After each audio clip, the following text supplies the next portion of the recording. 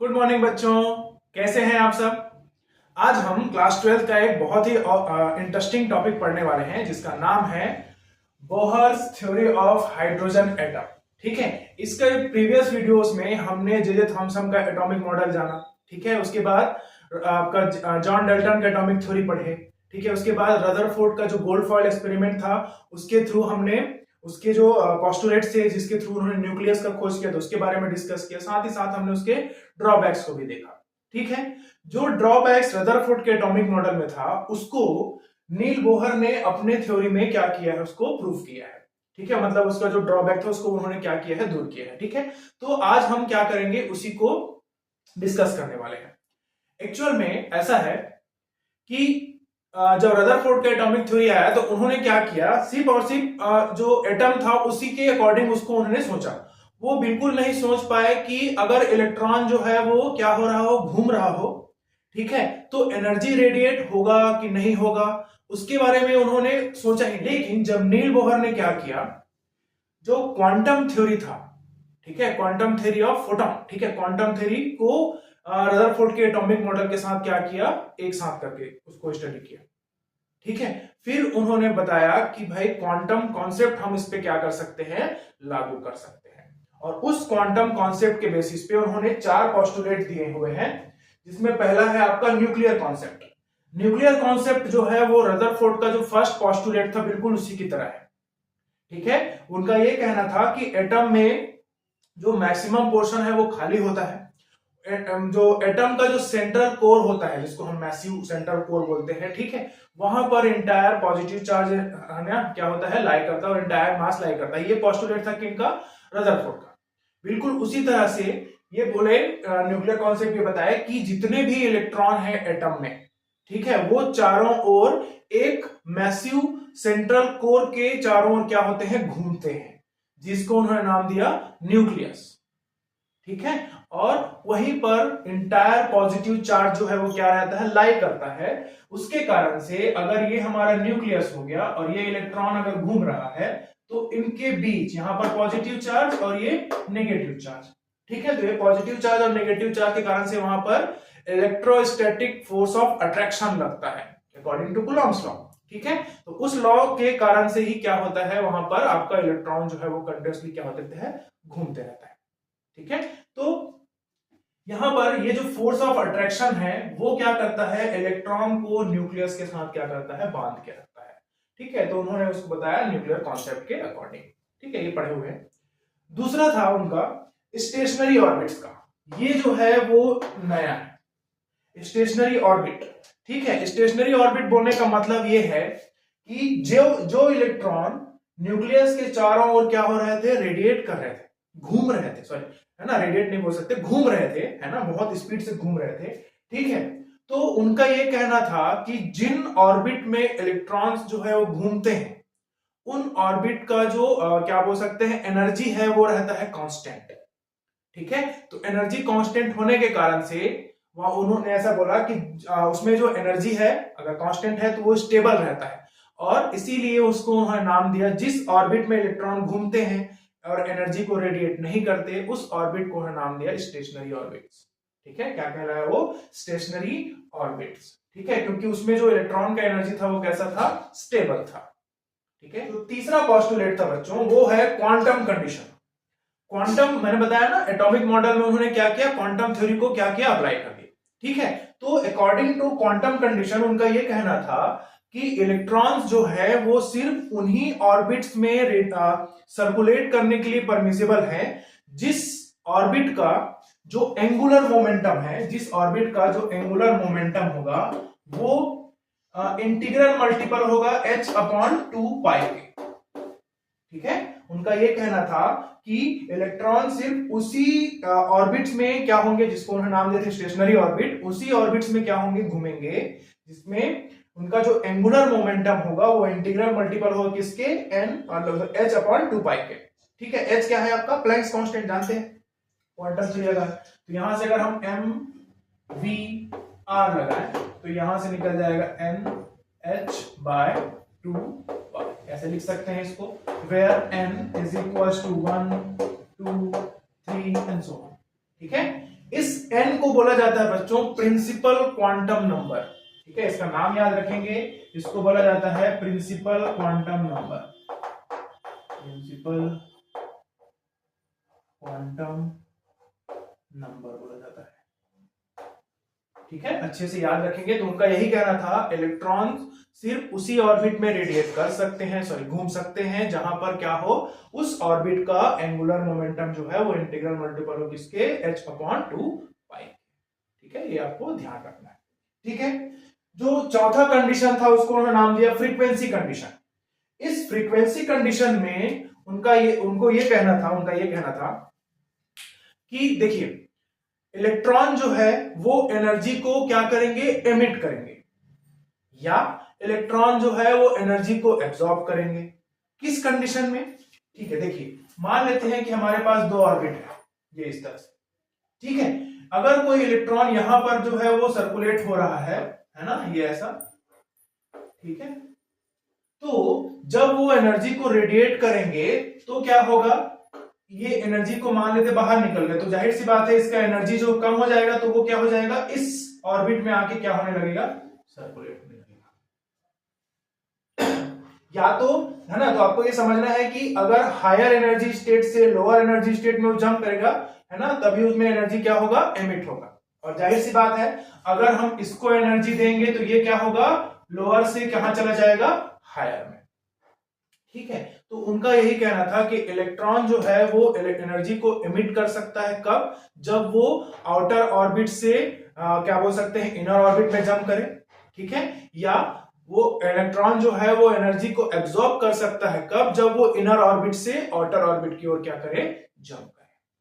ठीक है, तो फ्रीक्वेंसी कंडीशन उन्होंने ये बताया कि अगर मान लेते हैं कि इसका एनर्जी था E2 और इसका एनर्जी था E1। ठीक है, तो जो रेडिएशन होगा वो कैसे होगा आपका, ये Planck constant into frequency is equal to E2 minus E1। ठीक है, ये होता है किसका कंडीशन, फ्रीक्वेंसी कंडीशन। जब वो हायर एनर्जी से लोअर एनर्जी में ट्रांसफर होगा तब वहां पर क्या होगा, एनर्जी जो है वो फोटोन के फॉर्म में क्या होंगे, रेडिएट होंगे। ठीक है, तो इस तरह से नील बोहर का जब एटॉमिक थ्योरी आया, या हाइड्रोजन एटम के ऊपर उन्होंने रिसर्च करके एटॉमिक थ्योरी हमको दिया। ठीक है, तो इन पोस्टुलेट्स के थ्रू वो जितने भी रदरफोर्ड के ड्रॉबैक थे सबके सब दूर हो गए। ठीक है, सारे जो ड्रॉबैक्स थे उन्होंने उसको क्या कर दिया, क्लीन कर दिया। ठीक है, किसके थ्रू किया, by applying the quantum theory to the Rutherford's atomic theory. दोनों में उसको अप्लाई किया तो फिर उनको चीजें जो है पता चली, और उन्होंने बताया कि भाई क्वांटम कंडीशन का मतलब ये हो गया कि इलेक्ट्रॉन सिर्फ उन्हीं ऑर्बिट्स में घूमने के लिए परमिसिबल है जिस ऑर्बिट में जो उसका जो एंगुलर मोमेंटम होगा वो इंटीग्रल मल्टीपल होगा किसके, h/2π के। उसमें जो n है उसको हम बोलते हैं प्रिंसिपल क्वांटम नंबर। ठीक है, तो आप इसको लिख सकते हैं, आपके बुक में दिया हुआ है, आराम से इसको पढ़ सकते हैं। ठीक है,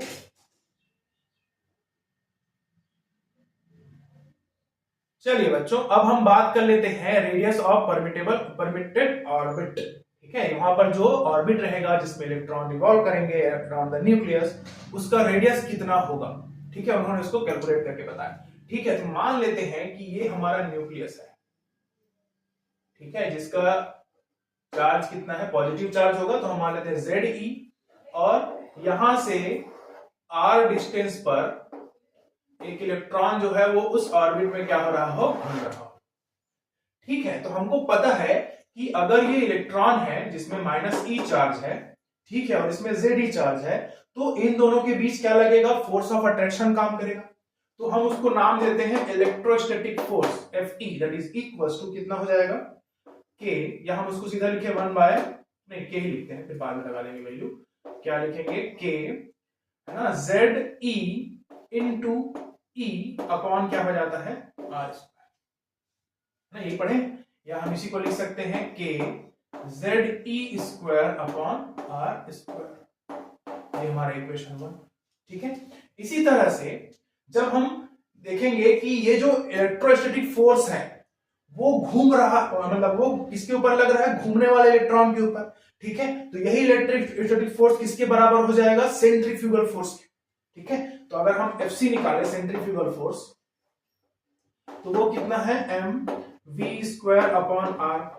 ये जो m है बच्चों वो होता है मास ऑफ इलेक्ट्रॉन, ठीक है, जो क्या कर रहा है, सर्कुलर ऑर्बिट में क्या हो रहा है, रोटेट हो रहा है, ठीक है। तो हमको पता है कि जो सेंट्रीफ्यूगल फोर्स होता है, ठीक है, सेंट्रीफ्यूगल फोर्स जो होता है या सेंट्रीपिटल बोलेंगे उसके यहाँ पर, क्योंकि वो घूम रहा है ना, उसको अंदर की तरफ खींच रहा है, वो कोई फोर्स होता नहीं है, वो किसी दूसरे फोर्स के क्या होता है, इफेक्ट होता है, ठीक है। तो यहां पर जो सेंट्रीपिटल फोर्स है, सेंट्रीफ्यूगल बोला था, सेंट्रीपिटल फोर्स है वो किसके कारण से आ रहा है, फोर्स ऑफ अट्रैक्शन के कारण से, इलेक्ट्रोस्टैटिक फोर्स के कारण से, ठीक है। तो अगर हम इक्वेशन 1 और 2 को क्या करें, इक्वेट कर दें बाय 1 एंड 2, क्योंकि दोनों जो है वो एक दूसरे के कारण है।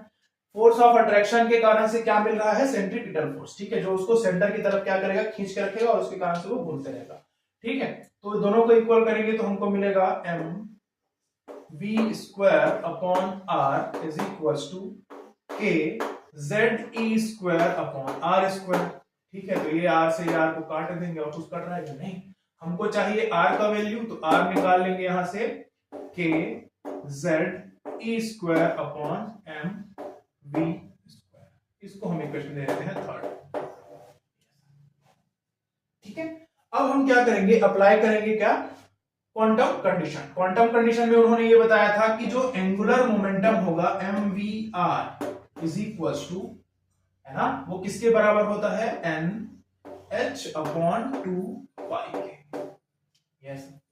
अब यहां से हमको निकालना है किसका वैल्यू, आर का वैल्यू, तो आर निकालेंगे तो क्या हो जाएगा बच्चों, एन एच अपॉन 2 पाई, है ना, और ये एम इंटू वी, है ना, इसको दे देंगे इक्वेशन नंबर 4, ठीक है।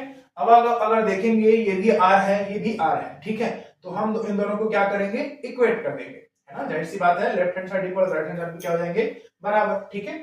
तो पहले इतने को नोट कीजिए,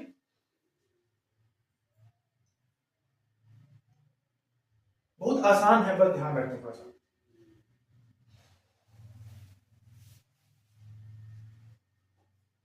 तो अगर हम उसको क्या करें, इक्वेट करें, तो मिलेगा K Z E square upon M V square is equal to N H upon 2 pi M V, ठीक है। तो ये v से ये v कट जाएगा, ये मास से मास कट जाएगा, ठीक है। तो यहां से हम निकाल लेते हैं वैल्यू किसका, v का, तो ये नीचे आएगा, तो ये हो जाएगा 2 पाई के जेड ई स्क्वायर अपॉन, ठीक है, यहां से v निकाल रहे हैं तो v ऊपर और अपॉन कितना हो जाएगा, एन एच, ठीक है। तो इस तरह से हमको इक्वेशन मिला, इक्वेशन 5, ठीक है। अब क्या करेंगे बच्चों, ये जो इक्वेशन 5 में जो v का वैल्यू मिला है उसको हम पुट कर देंगे कहां पर, इस इक्वेशन 3 पे, ठीक है। तो अगर आपको इधर हो गया हो तो मैं इसको मिटाऊं, ठीक है। इस v का वैल्यू को बच्चों हम वो इक्वेशन 4 जो इसमें निकाले थे, हाँ, कितना था, N H upon 2 pi M V, ठीक है। तो इस v का वैल्यू को उसमें पुट करके देखते हैं, हमारा r निकल जाएगा, फिर ये हो जाएगा n, ये हो जाएगा h, 2 पाई है, यहाँ पर 2 पाई m, v का वैल्यू रखेंगे तो 2 पाई के Z E square upon N H, ठीक है। तो ये एन एच इसके साथ जाकर मल्टीप्लाई हो जाएगा, तो R square is equal to N square H square, और ये 2 2 हो जाएगा 4 pi square M K Z E square, ये मिलेगा हमको किसका वैल्यू, आर का वैल्यू, ठीक है। This is the radius of permittable orbit of the electron, ठीक है। इसको थोड़ा और मॉडिफाई कर सकते हैं, r is equal to N square H square 4 pi square M, इसका वैल्यू कितना होता है, 1 अपॉन 4 पाई एप्सिलॉन नॉट, है ना, और ये जेड ई स्क्वायर, तो ये 4 पाई से ये वाला 4 और ये पाई कट जाएगा, ठीक है। तो यहां पर जो आपका एप्सिलॉन है वो चला जाएगा ऊपर, ठीक है। तो अगर एप्सिलॉन ऊपर चला जाएगा तो हमको r का एक्चुअल क्या मिलेगा, r इज इक्वल टू, जो ऊपर जाएगा उसको ले जाएंगे तो n square H square epsilon not divided by कितना हो जाएगा पाई एम और ये जेड ई स्क्वायर। ये होगा बच्चों radius of the electron which is क्या बोलेंगे circulate around the nucleus in the influence of electrostatic force of attraction. ठीक है, तो नोट कर सकते हैं इसको। अगर हम इस रिलेशन को थोड़ा सा कंपेयर करें तो ये इसका वैल्यू फिक्स होता है, इसका वैल्यू फिक्स होगा। एच के लिए, जेड के लिए हाइड्रोजन एटम की बात करेंगे तो 1 हो जाएगा। ठीक है, mass of electron constant, pi constant, तो लगभग सभी चीजें कांस्टेंट है इसको छोड़ के। तो यहां से हमको रिलेशन मिलता है R is directly proportional to n square. ठीक है, R is directly proportional to n square. इसका मतलब ये हो गया कि अगर हम n का वैल्यू 1 रखते हैं तो ये मिलेगा 1, फिर अगर 2 रखते हैं तो 4, 3 रखते हैं तो 9, है ना, तो 1 2 3 4 रखेंगे तो 16। ठीक है, इसका मतलब ये है कि जो सर्कुलर ऑर्बिट होंगे उनका जो रेशियो रहेगा रेडियस का वो किस फॉर्म में रहता है 1 4 9 16 के फॉर्म। ठीक है, अब इसी फॉर्मूले को अगर हम अप्लाई करें फॉर हाइड्रोजन एटम। ठीक है, हाइड्रोजन एटम के लिए आपको याद रखना है Z एटॉमिक नंबर कितना होता है 1 और उसका जो प्रिंसिपल क्वांटम नंबर होगा वो भी कितना हो जाएगा 1। ठीक है, तो अगर हम यहाँ पर 1 रखेंगे तो इसको हम लिखते हैं R नॉट से, ये इक्वल टू हो जाएगा H square epsilon not divided by pi का पाई रहने दो, M रहेगा, Z की जगह 1 और ये E स्क्वायर। तो हाइड्रोजन एटम का अगर आपको रेडियस निकालना है जिसमें सर्कुलेट होता है कौन इलेक्ट्रॉन, तो हमको ये फॉर्मूला लगाना है। ये वाला जो है वो सभी के लिए एप्लीकेबल है फॉर ऑल द एटम्स। ठीक है, और ये जो है वो किसके लिए है हाइड्रोजन एटम के लिए। ठीक है, तो आई होप आपको ये समझ में आया है, नोट कीजिए इसको।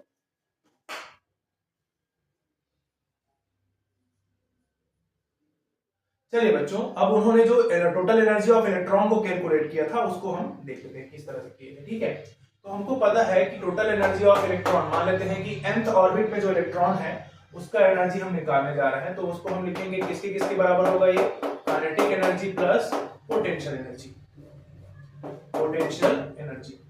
ठीक है, तो अगर हम काइनेटिक एनर्जी की बात करेंगे यहाँ पर, तो काइनेटिक एनर्जी इक्वल टू कितना होगा 1/2 mv²। ठीक है, जिस वेलोसिटी से वो घूम रहा है। ठीक है, तो इसको हम क्या लिख सकते हैं, mv² का वैल्यू निकाले थे कितना 1/2 k Z² अपॉन R। ये प्रीवियस वाले में, इसके पहले हमने इक्वेशन 1 या 2 में कुछ निकाले होंगे, mv² = kZd अपॉन R। ठीक है, पोटेंशियल एनर्जी की बात करेंगे PE। ठीक है, तो पोटेंशियल एनर्जी कितना निकल जाएगा, है ना, पोटेंशियल एनर्जी कैसे निकालते थे 1/4 पाई एप्सिलॉन नॉट।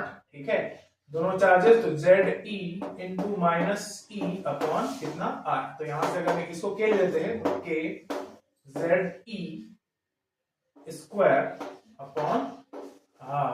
ठीक है, तो हमको चाहिए एनर्जी, तो यहां से निकला कौन सा पोटेंशियल एनर्जी, यहां सॉरी काइनेटिक एनर्जी, यहां से निकला पोटेंशियल एनर्जी। तो अगर हम En निकालेंगे, इसमें वैल्यू पुट करेंगे बच्चों, तो कितना मिलेगा En is equals to half k ZE² upon R minus k ZE² upon R। ठीक है, इसको सॉल्व करोगे तो कितना मिलेगा En is equals to minus k ZE² upon 2, equation number 3।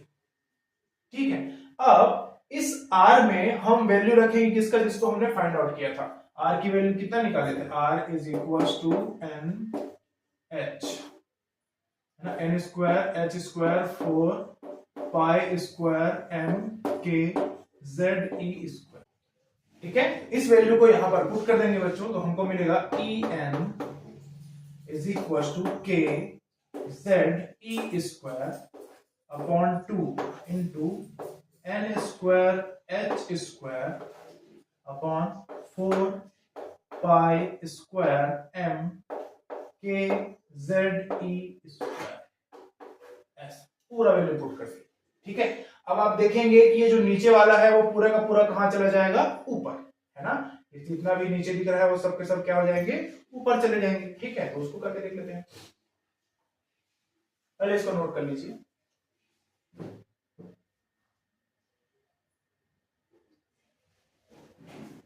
Value put करके देखेंगे तो हमको मिलेगा E M is equal to, ये ऊपर चला जाएगा, है ना। इसको काट देते हैं यहां से, 2 हो जाएगा, तो ये हो जाएगा 2 पाई स्क्वायर,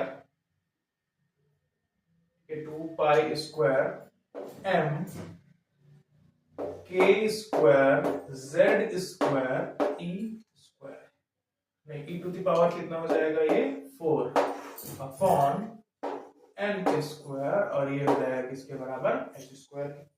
ठीक है, अब इस k का वैल्यू अगर हम रखते हैं तो ये मिलेगा E N is equal to 2 pi square M, k का वैल्यू कितना 1 अपॉन 4 पाई एप्सिलॉन नॉट का whole square Z square E to the power 4 upon N square H square. थोड़ा कैलकुलेशन लेंदी है पर आराम से आप कर सकते हैं। ठीक है, तो ये कितना हो जाएगा 2 पाई स्क्वायर एम, इसकी बात करेंगे तो यहां पर ऊपर में 1 रख देते हैं। ठीक है, नीचे में आ जाएगा तो ये Z square E to the power 4। अब ध्यान से देखना बच्चों, एन स्क्वायर एच स्क्वायर, ये 4 है मतलब 4 है, 4 का स्क्वायर कितना हो जाएगा 16 pi square epsilon naught square. ठीक है, तो ये पूरा, और ये कटेगा कितने टाइम्स, 8 टाइम्स। ठीक है, तो जो हमको एनर्जी ऑफ इलेक्ट्रॉन मिलेगा वो कितना होगा, किस ऑर्बिट के लिए, nth ऑर्बिट के लिए, वो निकलेगा minus M Z E square upon कितना हो जाएगा N square H square into epsilon naught square. ये होगा फॉर्मूला किसके लिए, टोटल एनर्जी ऑफ इलेक्ट्रॉन के लिए। टोटल एनर्जी ऑफ इलेक्ट्रॉन के लिए अगर आपको डेरिवेशन आता है एग्जाम में तो काइनेटिक एनर्जी निकालेगा हाफ एम स्क्वायर से, जो वैल्यू निकाले थे के जेड स्क्वायर आप आर उसको रखिए, पोटेंशियल एनर्जी निकालेंगे। ठीक है, और दोनों को क्या करेंगे, ऐड करेंगे। बीच में एक आपको रिलेशन मिलेगा, उसमें आर का वैल्यू जो निकाले थे परमिटेबल ऑर्बिट का, उसको आप यहाँ पे पुट करेंगे, सॉल्व करेंगे तो आप यहाँ तक पहुंच जाएंगे। E is equal to energy of nth electron या फिर nth orbits electron is equal to minus mze square upon 8n square h square epsilon naught square. ठीक है, आपको ध्यान ये रखना है, ठीक है, कि यहां पर जो माइनस आया है, ठीक है, वो ये बताता है कि जो इलेक्ट्रॉन का एनर्जी है वो कैसे होगा, नेगेटिव। क्यों, क्योंकि उसको जो है पॉजिटिव चार्ज के साथ क्या रहना है, बंध के रहना है, अट्रैक्ट रहना, अटैच्ड रहना है। ठीक है, इस कारण से। ठीक है, तो उसको नोट कीजिए, थोड़ा सा लेंथी है बट आप कर सकते हैं आराम से।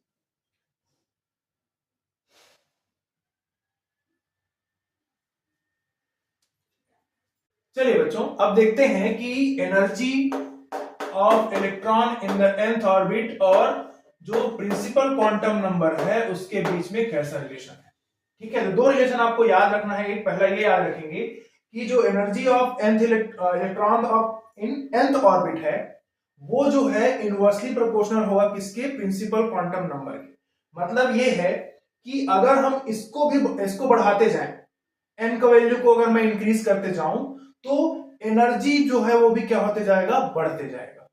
ठीक है, जनरली दिमाग में यही आता है कि सर इसको जब हम बढ़ाएंगे तो इसका वैल्यू कम होगा क्योंकि इनवर्सली प्रोपोर्शनल है, बट यहां पर नेगेटिव लगा हुआ है। ठीक है, इलेक्ट्रॉन की एनर्जी कैसा होता है, नेगेटिव। इसलिए आपको याद रखना है for large value of n, ठीक है, एनर्जी जो है वो क्या होगा, एनर्जी इंक्रीजेस। ठीक है, पोटेंशियल एनर्जी, टोटल एनर्जी क्या होगा, इंक्रीज होगा। एक और रिलेशन के बारे में बात कर सकते हैं बच्चों, R is directly proportional to n square. इन दोनों को अगर हम कंपेयर करें तो हमको ये समझ में आएगा कि जैसे जैसे हम n वैल्यू को बढ़ाते जाएंगे, यहां पर एनर्जी भी बढ़ते जा रहा है। बिल्कुल उसी तरह से अगर मैं रेडियस को बढ़ाते जाऊंगा तब भी जो है आपका एनर्जी जो है वो क्या होगा, बढ़ते जाएगा। ठीक है, तो अगर इसके अकॉर्डिंग हम बहुत सारे ऑर्बिट्स अगर हम ड्रॉ करते हैं लाइक दिस, ठीक है, तो जो इनर मोस्ट ऑर्बिट होगा, सबसे अंदर का जो ऑर्बिट होगा, उसका एनर्जी क्या होगा, मिनिमम, क्योंकि वो डिपेंड कर रहा है इसके ऊपर। इसको बढ़ाते जाएंगे तब हमारा एनर्जी भी बढ़ते जा रहा है, इसको बढ़ाते जाएंगे तब हमारा रेडियस भी बढ़ते जा रहा है। इसका मतलब ये हुआ कि जो सबसे कम वाला, मतलब सबसे पास वाला है न्यूक्लियस के, ठीक है, या हम बोल सकते हैं इनर मोस्ट ऑर्बिट, उसमें क्या होगा, एनर्जी जो है वो मिनिमम होता है। जैसे जैसे हम न्यूक्लियस से दूर होते जाएंगे, हमारा जो एनर्जी है ना, जो इलेक्ट्रॉन का जो एनर्जी है वो क्या होते जाएगा बच्चों, इंक्रीज होते जाता है। ठीक है, तो आपको ये चीजें जो है वो याद रखनी है। आई होप आपको ये समझ में आए हो, अच्छे से याद रखेंगे। रदरफोर्ड का जो एटॉमिक मॉडल में जो ड्रॉबैक्स थे, उसको बोहर ने क्या किए, नील बोहर ने अपने एक्सपेरिमेंट, ठीक है, अपने थ्योरी के थ्रू उसको क्या किया, दूर किया, जिसके अकॉर्डिंग उन्होंने बताया कि क्वांटम थ्योरी को अगर हम एटॉमिक थ्योरी से मिला दें तो हमारा जो प्रॉब्लम है वो क्या हो सकता है, सॉल्व हो सकता है। उसी के बेसिस पे उन्होंने न्यूक्लियर कॉन्सेप्ट दिया। ठीक है, पहला पोस्टुलेट न्यूक्लियर कॉन्सेप्ट के अकॉर्डिंग से, दूसरा स्टेशनरी ऑर्बिट का कॉन्सेप्ट दिया, तीसरा जो है आपका फ्रीक्वेंसी कंडीशन, ठीक है, और चौथा जो है वो कैसा, क्वांटम कंडीशन के अकॉर्डिंग उन्होंने चीजों को प्रूव किया। एनर्जी का भी, एनर्जी ऑफ इलेक्ट्रॉन का भी डेरिवेशन या फिर उसका फॉर्मूला दिए, और साथ ही साथ आपको रेडियस ऑफ द ऑर्बिट का भी फॉर्मूला। ठीक है, थैंक यू।